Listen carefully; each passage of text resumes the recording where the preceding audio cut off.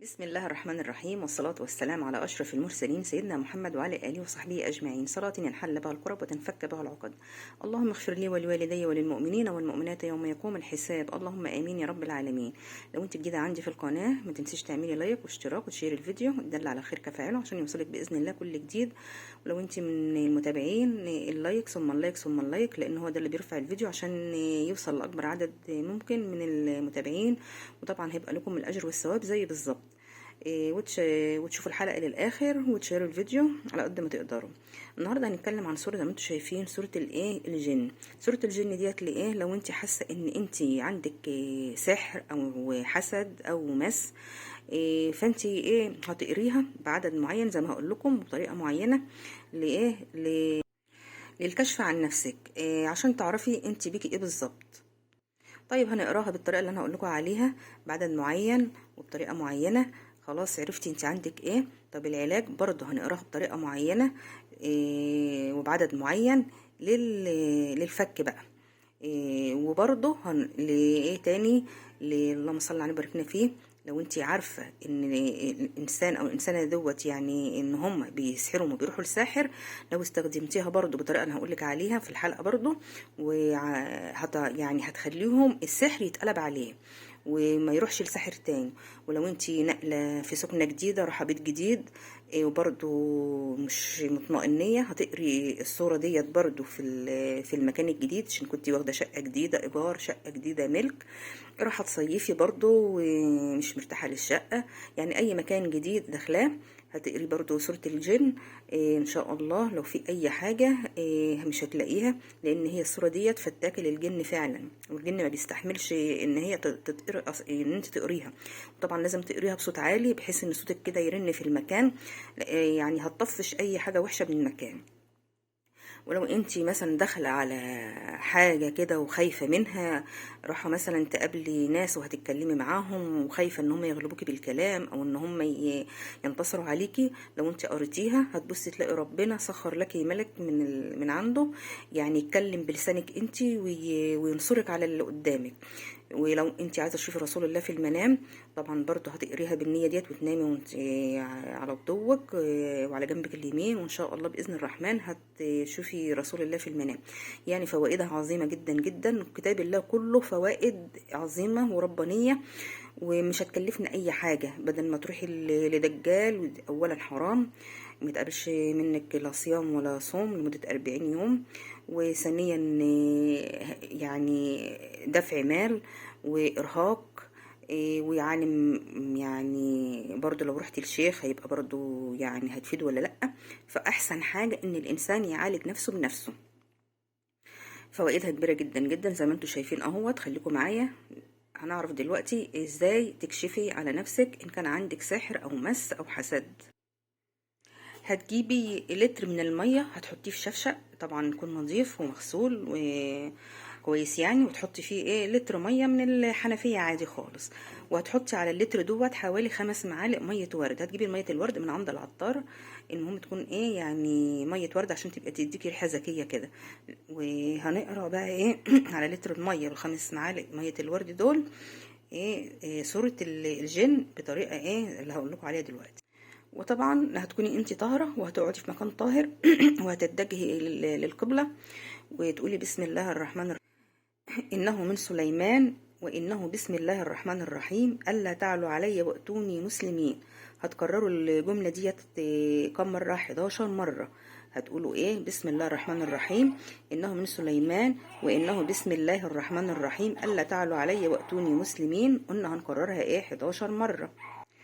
وبعدين هتقرأي سورة الجن اللي هي بأولها بتقول بسم الله الرحمن الرحيم، قل أوحي إلي إنه استمع نفر من الجن. دي أول السورة. هتقريها لعند ما تيجي عند الآية اللي هي آية 5.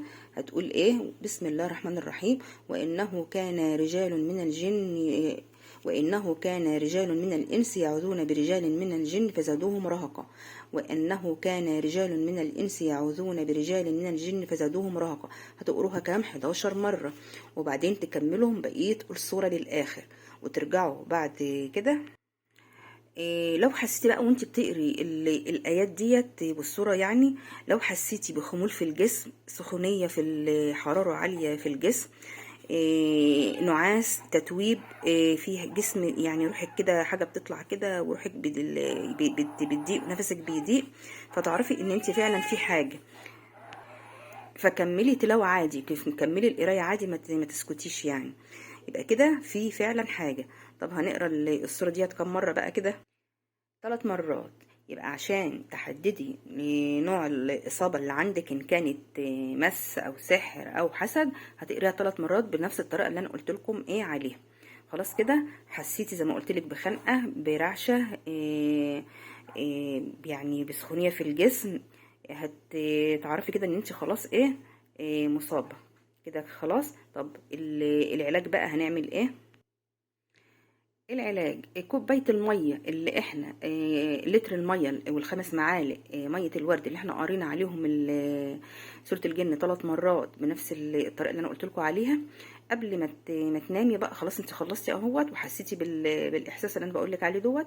هتاخدي حوالي نص كوباية من اللتر دوت، وتشربيها قبل النوم. وتاخدي جزء منها برضه وتشطفي بيها يعني. وطبعا الميه ما تتكبش في الحمام ولا حاجه، يعني كبيها كده فوق السطح، او اركنيها مثلا، اسقي بيها زرع. وهتصحي وتنامي وتصحي الصبح، نفس اللي عملتيه بالليل هتعمليه الصبح. هتشربي برضو نص كوبايه من الميه اللي مقروء عليها ديت، وبرضو تاخدي بقيه اللتر الميه وتشطفي برضو بيه.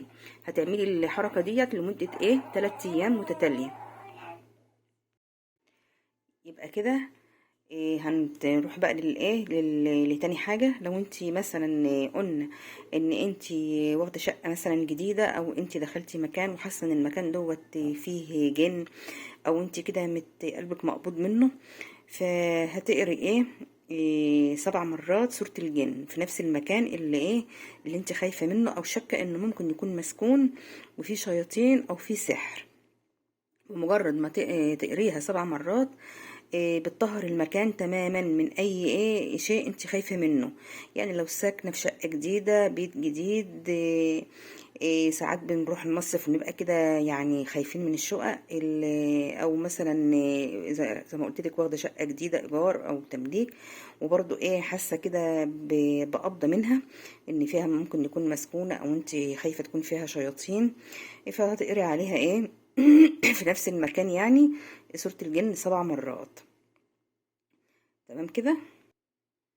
طب هنستخدم سورة الجن في كمان؟ هنستخدم سورة الجن في توقيف السحر. هتوقفي السحر ازاي؟ لو انت شاكه ان في حد انت تعرفيه والانسان ده بيعمل سحر ليكي او لغيرك، فهتعملي هتجيبي من الملح اللي هو الصخري، اللي هو بيبقى يعني خام لسه مفيش ايد اتحطت فيه ولا لمسته، او ملح خشن. ما لقيتيش الملح الصخري دوت صعب ان تواجده يعني، هتجيبي ملح خشن.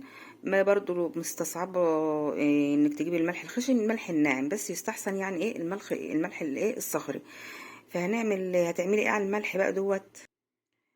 هتقرا على الملح دوت سورة الجن 7 مرات برضو، وهتاخدي الملح دوت وتروحي المكان اللي ممكن فيه اللي هو الانسان اللي انت شاكه ان هو بيسحر، وهترشي على البيت بتاعه من بره مثلا كده على العتبه الملح الصخري دوت. او لو انت برضو بتعرفي تخشي المكان عنده يعني هتروحي زياره، وبرضو من غير ما يخشر او ياخد باله هتحطي الملح الخشن او الملح الناعم اللي مقروء عليه سورة الجن. طب كده هيعمل هيوقف اي سحر بيعمله، وبل بالعكس هيقلب السحر على الساحر، يعني على الساحر هيترد عليه. يبقى كده انا قلت لكم كل حاجه عن سوره الجن، وهقول لكم عن واقعه بقى دي حقيقيه برضو. انا قلت لواحده عليها من فتره، وفعلا قالت لي وهي بتقرا سوره الجن، سبحان الله. يعني انا قايله لكم اقروها على ميه وميه ورد. هي قالت لي انا قريتها على عسل، كان عندي عسل ابيض وقريتها على عسل. قريتها اول مره عادي مفيش حاجه. تاني مره وانا بقراها حسيت بضيق في الصدر وحاجه كده في دماغي تقلت. وفجأة حسيت زي ما يكون في رياح يعني رياح او هوا في دماغي.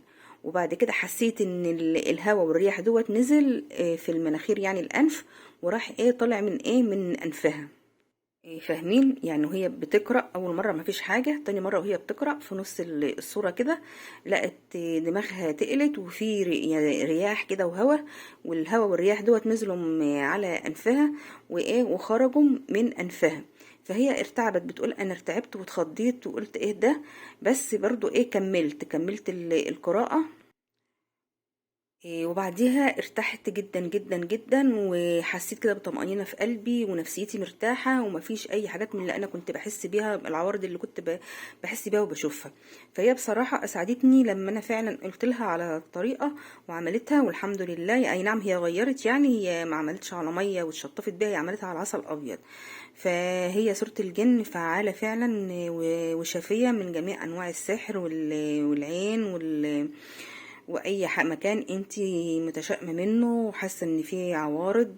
وزي ما قلت لك، لو انتي رايحه مثلا مكان هتحضري قاعده كده وخايفه اللي في القاعده دول يغلبوكي في الكلام او ينتصروا عليكي، او ليكي مثلا عند حد شيء ومش عاوز يديهولك، هتقري سوره الجن وهتبصي تلاقي ربنا سخر لك ملك من عنده يتصرف هو كانه انتي، هيتكلم بلسانك، هيتصرف كانه انتي، وربنا هينصرك على على اعدائك باذن الله.